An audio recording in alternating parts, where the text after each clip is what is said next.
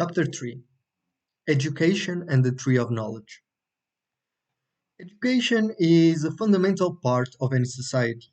Societies, nations, and even self-governed groups rely on education in order to develop and progress. However, many of the structures adjacent to its development are not correlated with the best development of their own people, and this can be easily seen in the way education is misused and mistreated, and ultimately in the adverse reaction of individuals towards some systems. One way to understand how and why education is not accompanying times and development of societies that they were supposed to serve regards the ultimate value attributed to it. Again, like so many other structures that society is based on, education is one of those that does not translate directly into measured value, and for that reason, it is hard to identify and demonstrate its useful impact and even put it into a long term perspective. But even so, societies rely and trust that it can serve future generations. Even though it is ever more based on past notions of learning and worse relies on teaching methods that do not take the development of individuals into consideration, there is a way to reshape it in order to access the problems of the future. To that extent, this new economic system regards the development of individuals as a fundamental part of how to address the problems of tomorrow, allowing the individuals to pursue their interests at the same time solve some of the recurrent issues that are currently occurring by creatively and with flexibility directing itself towards the things that are most important and at the same time affect humanity in general. To understand better how to reshape education, it is necessary to understand and revitalize the question of why education is important. To do that, it is important to remember that people are the most important resource of any structure, being this governmental or of any other kind. And to achieve some direct value, it is necessary to reform education to its core. People are from where and to whom structures are built for, and without them, there is no purpose to build this. And this serves only to reinforce the viability of the BET system. Understanding this is the basis towards reforming the educational system, and from that, it is possible to redefine educational priorities. These priorities need to take into consideration that everyone is a different individual, which is called human, and all are a part of humanity. For this reason, it is in the interest of humanity that all its components, and by components we mean all the individuals that are a part of it, understand and work towards the best development of the whole. However, so far the fragmentation between individuals and their value is causing a schism between the educational system and the individuals themselves that is preventing it from preparing for the future. This can be seen in the at least three issues. The first regards the actual structure is mainly developed by governments which easily input their own bias. However, the structures and fundamentals are essentially social and in their own nature, and this creates a development paradox. At first hand, these strive to develop to individuals capable to cooperate, but there is no gratification towards it.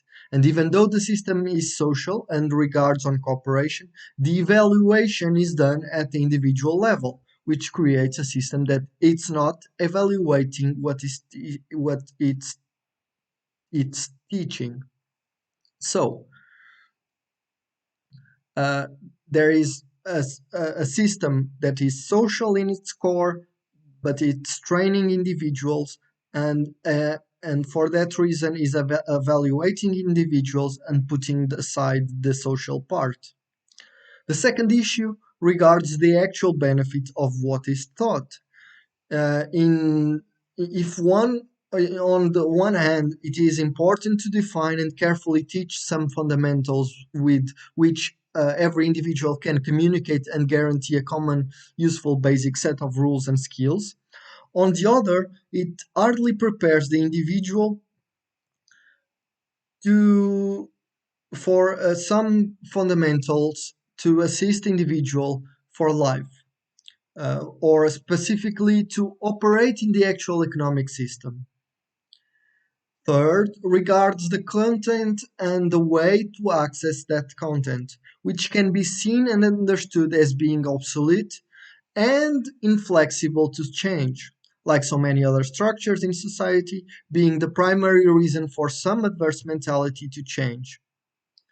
In a big way, this is still attached to the idea that because the actual system came to be successful until now, why change it so drastically?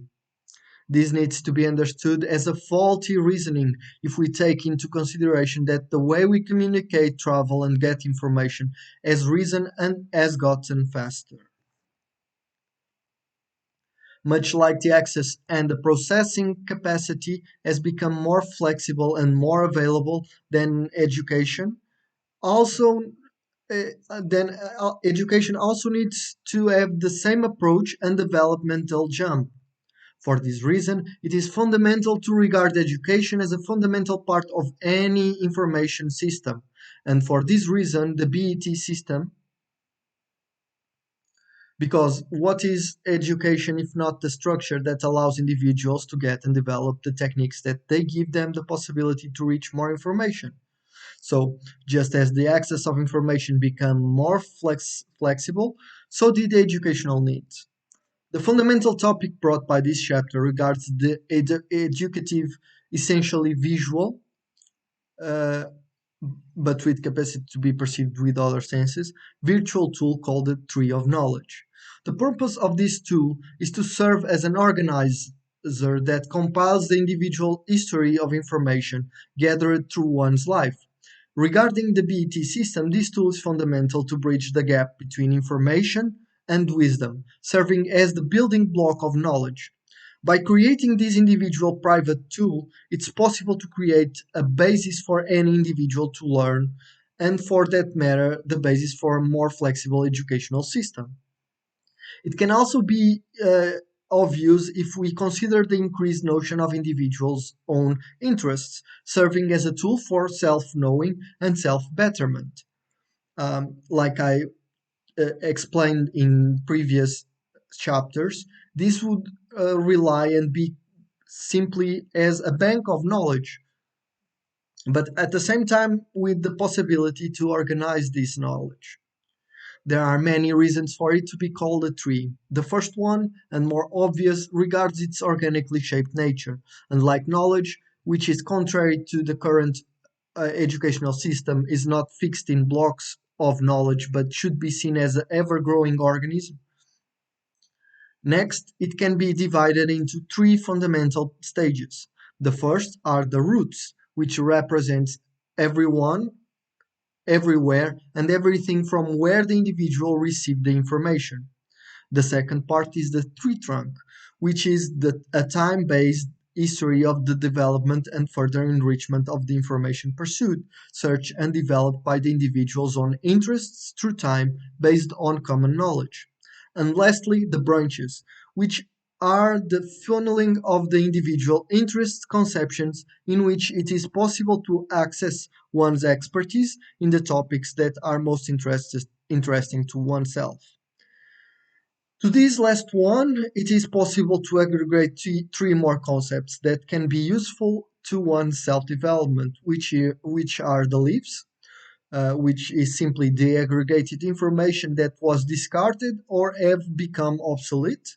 The flowers, which are the goals of self-development identified and pursued by the individual, and the fruits, which are the clusters of knowledge created by individuals' own interests and pursuits, generated by a lot of information gathered or the intersection of different branches. Here is where shared wisdom is most likely to be found.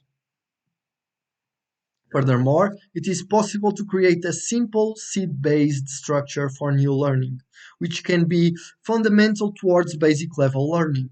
This structure can be compiled and understood as the school curriculums for each individual that schools provide, and taking the basis of information into consideration, it is more or less similar regardless of country or region. It allows students to see their own development and at the same time set individual objectives, also allowing the search for a new knowledge and to run freely towards one's interests. One way to understand this seed structure can be seen as a mixture of roles playing grain tree of skills and a set of yearly set objectives. Finally, this creates the possibility for students to pursue knowledge independently of the overall progress, allowing them to sharpen their knowledge if that suits them. However, the graduation of a specific discipline should be set on the sharing of the knowledge with others that need to develop their own seeds, and by doing it, creating and overlapping the fundamental knowledge of how to share the information. Another way to understand the seed structure is to compile and set the school curriculum in a virtual system in which everyone can see yearly set objectives and allow individuals' curiosity and interest to run freely.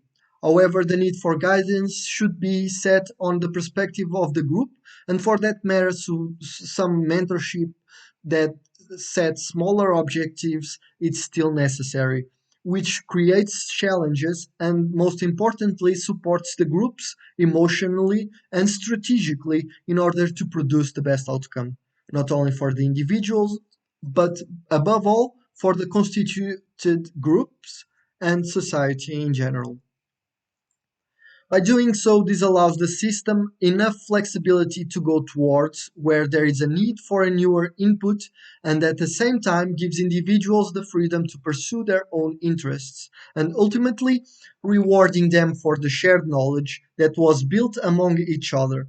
In turn, in turn, this creates a microcosm of the BET system, which in turn allows for a betterment of the system and at the same time a stronger understanding of it from the individuals that came out of this educational system.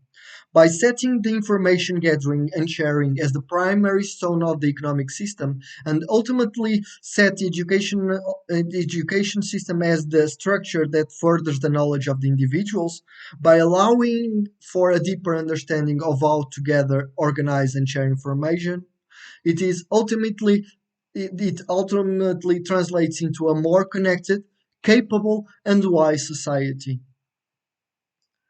Lastly, there is a need to understand that the educational system needs to improve humanely, and to do this, it is essential to redefine not only the structural school but also the role of the teacher.